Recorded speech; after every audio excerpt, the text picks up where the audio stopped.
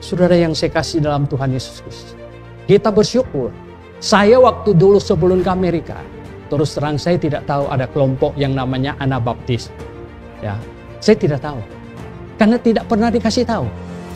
Setelah saya belajar, ya, dan bagaimana mereka mempertahankan kebenaran, dan bagaimana mereka mengestafetkan kebenaran dari satu generasi ke generasi yang lain. Bayarannya mahal, saudara. Bayarannya mahal. Apa? Kepala mereka. Kepala mereka.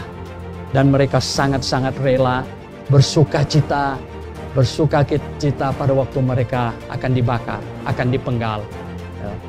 Anda tahu Michael Sattler, kita ada videonya, ada filmnya. Pada waktu dia ditangkap, dipenjarakan. Di penjara itu, dia adalah seorang imam Katolik yang bertobat. Tapi pada waktu dia dipenjarakan di situ, dia menginjil kepada orang-orang di penjara. Ya. Dia menginjil dan banyak disadarkan. Pada waktu dia mau dibawa untuk dibakar, sepanjang jalan dia menginjil, kasih tahu mereka bahwa yang benar adalah percaya kepada Yesus. Jangan harap masuk surga dengan nyumbang uang. Jangan harap masuk surga dengan sakramen dan lain sebagainya. Akhirnya mereka bosan, tidak mau dengar, dia ngoceh sepanjang jalan. Mereka ambil pengait ikan, tarik dia punya lidah dan potong. Ya. Wow. Nah, mereka telah mengestafetkan kebenaran dengan bayaran yang sangat mahal. Sangat mahal, saudara. Apa yang dipertahankan? Ada value-nya nggak? Ada nilainya nggak? Saudara yang saya kasih dalam Tuhan Yesus. Pada waktu Anda di sorga, dan Anda melihat, menyadari waktu itu, bahwa semua yang duniawi sudah tidak ada nilai apa-apa lagi. Bahwa rumah orang yang ratusan miliar tidak ada guna apa-apa lagi. Bahwa mobil yang berjejer di garasi berapa puluh tidak ada guna apa-apa lagi. Dan pada saat kamu di sorga, kamu baru tahu bahwa masuk surga itu adalah melebihi apapun juga. Masuk surga itu melebihi dari apapun juga.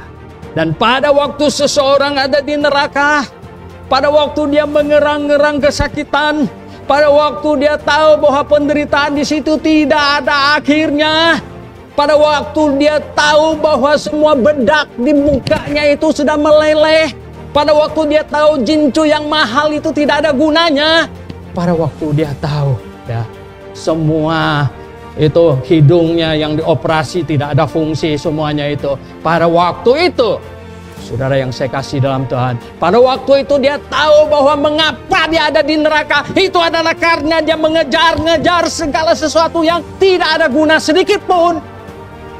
Saya kasih tahu, saat itu penyesalan tidak ada akhirnya.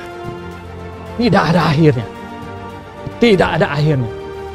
Menyesal dan menyesal dan menyesal dan menyesal.